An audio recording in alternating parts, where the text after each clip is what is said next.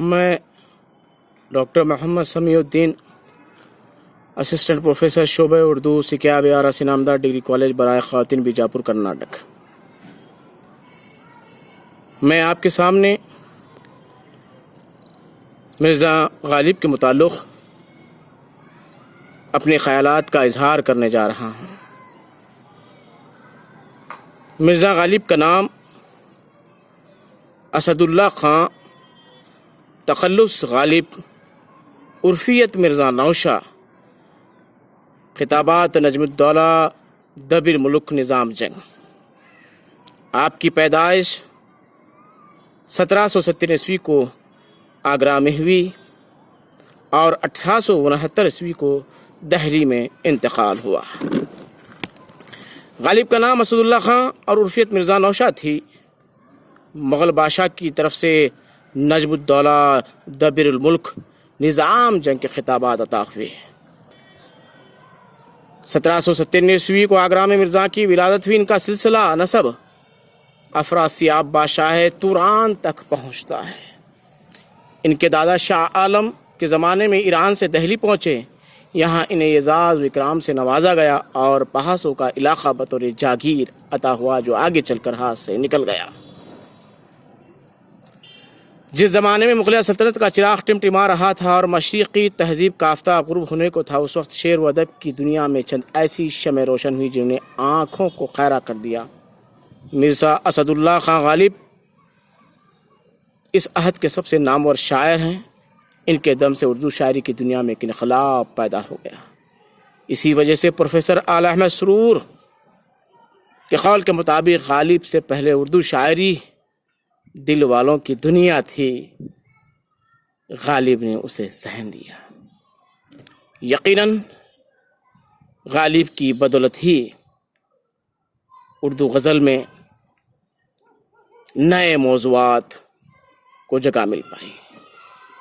دور متقدمین کہاں اگر ہم جائزہ لیں گے غزل کے حوالے سے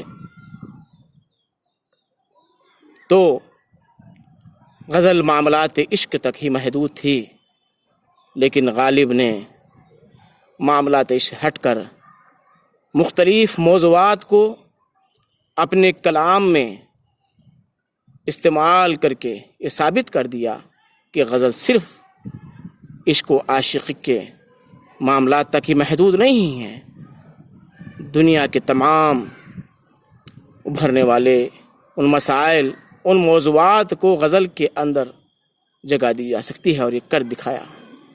اس لیے غالب کہتے ہیں اور بھی دنیا میں سخن اور بہت اچھے، کہتے ہیں غالب کا انداز بیان۔ یقیناً ان کا کلام ہمارے لیے سود مند ثابت ہوگا اور ثابت ہو رہا ہے۔ انہوں نے غزل میں نئے موضوعات اور نئے مضامین داخل کر کے اس کا دامن وسیع کر دیا۔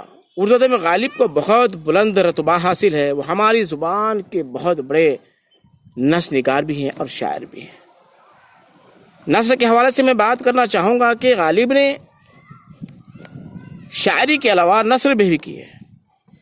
انہوں نے جو خطوط لکھے ہیں وہ یقیناً ادب کے لیے بہت بڑا سرمایہ ہے۔ میں سمجھتا ہوں کہ غالب اگر شاعری نہ کرتے، صرف نثر کی بدولت ہی وہ غالب ادب میں غالب رہتے۔ انہوں نے وہ نثر ایجاد کی کہ مراسلے کو مکالمہ بنا دیا۔ غالب خود کہتے ہیں کہ 1857 کے جنگ سے اگر حالات سے اگر نا واقف ہیں آپ تو میرے خطوط پڑھ لیجئے، آپ 1857 کی غدر سے واقف ہو جائیں گے۔ غالب یقیناً میں نوشی کیا کرتے تھے، لیکن ان کے کلام میں صوفیانہ رنگ، تصوف کا رنگ بھی پایا جاتا ہے۔ دیکھیے ایک شاعر غالب کا یہ مسائل تصوف تیرا بیان ہے غالب، ہم تجھے ولی سمجھتے جو بعد خوار نہ ہوتا۔ یقیناً غالب کے کلام کی خصوصیت یہ ہے کہ اس میں غور و فکر کا انداز پایا جاتا ہے۔ جگہ جگہ احساس ہوتا ہے کہ کچھ سوچ رہے ہیں۔ یہی وجہ ہے کہ ان کے کلام میں جا بجا سوال ملتے ہیں۔ وہ فلسفی نہیں مگر ان کا انداز فلسفیانہ ہے، مفکر نہیں مگر نظر حکیمانہ ہے۔ اس لیے عبد الرحمن بجنوری کہتے ہیں ہندوستان کی دو الہامی کتابیں ہیں، ایک وید مقدس اور دیوان غالب۔ یہی نہیں بلکہ رشید احمد صدیقی کہتے ہیں مغلوں نے ہندوستان کو 3 چیزیں دی ہیں، ایک تاج محل، دوسرا اردو زبان، تیسرا غالب۔ یہی نہیں بلکہ ادب کے مختلف ادبا و شعراء نے ان کی صلاحیت اور ان کے کلام کا اعتراف کیا ہے۔ دیکھیے ان کے چند شعر: جب کہ تجھ بن نہیں کوئی موجود، پھر یہ ہنگامہ خدا کیا ہے، یہ پری چہرہ لوگ کیسے ہیں، غم زدہ و اشوا و ادا کیا ہے۔ غالب کسی کے نقش قدم پر چلنا گوارا نہیں کرتے، انہوں نے اپنا راستہ آپ نکالا اور سب سے الگ نکالا۔ ایک فارسی شعر میں انہوں نے کہا کہ دوسروں کے پیچھے چلنے سے آدمی اپنی منزل کھو دیتا ہے، اس لیے جس راستے سے کارواں گزرا ہے میں اس راستے سے چلنا پسند نہیں کرتا۔ تہداری بھی غالب کے کلام کی اہم صفت ہے، یعنی پہلی نظر میں شعر کا ایک مفہوم سمجھ میں آتا ہے، غور کیجئے تو اس کے تہ سے دوسرے معنی نکلتے ہیں۔ تہداری غالب کے کلام کی خاص خصوصیت رہی ہے۔ دیکھیے ایک شعر: کوئی ویرانی سی ویرانی ہے، دشت کو دیکھ کر گھر یاد آیا۔ شوخی و ظرافت بھی غالب کے کلام کی ایک اہم خصوصیت ہے، وہ ایک ہنس مکھ انسان تھے اور اپنی دلچسپ باتوں سے دوسروں کو بھی خوش رکھنا چاہتے تھے۔ یادگاریں غالب کا ہم مطالعہ کریں گے تو ہم کو بے شمار ظرافت کے حوالے سے چیزیں ہمیں مل جاتی ہیں۔ غالب تمام زندگی رنج و غم و مصائب اور خاص طور پر معاشی حالت کا بہت شکار ہوئے، لیکن اس کے باوجود بھی وہ غم کی پرچھائیاں اور غم کا ماحول ان کی یہاں دیکھنے کو نہیں ملتا۔ زندہ دلی اور ہمیشہ ہنسانے والے غالب، یقیناً ان کی حیات میں غالب کو جو مقام ملنا تھا نہیں مل سکا، لیکن ان کے شاگرد مولانا الطاف حسین حلیم ان پر کتاب یادگار غالب لکھ کر ان کو اس دنیا میں امر کر دیا۔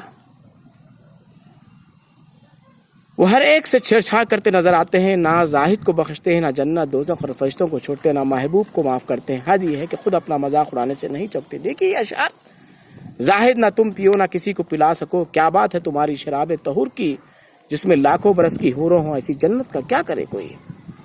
وہ لحد پر بوئے میں تھی کہ نہ سکے فرشتے، میں عذاب میں پھنسا تھا جو نہ بادخوار ہوتا، آئینہ دیکھ اپنا سا منہ لے کے رہ گئے، صاحب کو دل نہ دینے پہ کتنا غرور تھا۔ چاہتے ہیں خوب رویوں کو اسد، آپ کی صورت تو دیکھا چاہیے، کو چاہیے ایک عمر سر ہونے تک، کون جیتا ہے تیرے زلف کے سر ہونے تک۔ ہم نے مانا کہ تغافل نہ کرو گے، لیکن خاک ہو جائیں گے ہم تم کو خبر ہونے تک۔ غم ہستی کا اسد کس سے ہو جز برگ علاج، شمع ہر رنگ میں جلتی ہے سحر ہونے تک۔ یقیناً غالب کا کلام تخلیق ہوئے 100 سال سے زائد ہو گیا، لیکن آج بھی غالب کا ایک کلام دور حاضر کی مناسبت سے بالکل صادق آتا ہے۔ ان کا کلام کا مطالعہ کرتے ہیں تو ہمیں ایسا محسوس ہوتا ہے کہ غالب نے اس عہد میں ہی شاعری کی ہے۔ یہی وجہ ہے غالب کو آفاقی شاعر کہا جاتا ہے۔ غالب نے ایک ذہن دیا غزل کو اور نئے موضوعات کو استعمال کر کے بتانے کی کوشش کی کہ ہر ایک موضوع کو غزل کے اندر سمویا جا سکتا ہے۔ یقیناً غالب ہمارے ادب کے بہت بڑے شاعر ہیں۔ 1857 کے حالات بگڑنے کے باوجود بھی غالب یہ گوارا نہیں کرے کہ دہلی کو خرابات کرے۔ ان کو دہلی سے بے انتہا محبت تھی اور جب تک جیے وہ دہلی میں ہی رہے، اور بالآخر 1869 عیسوی کو دہلی میں غالب کا انتقال ہوا۔ رہتی دنیا تک غالب کو ان کے کلام کے ذریعے سے یاد کیا جائے گا۔ بہت شکریہ۔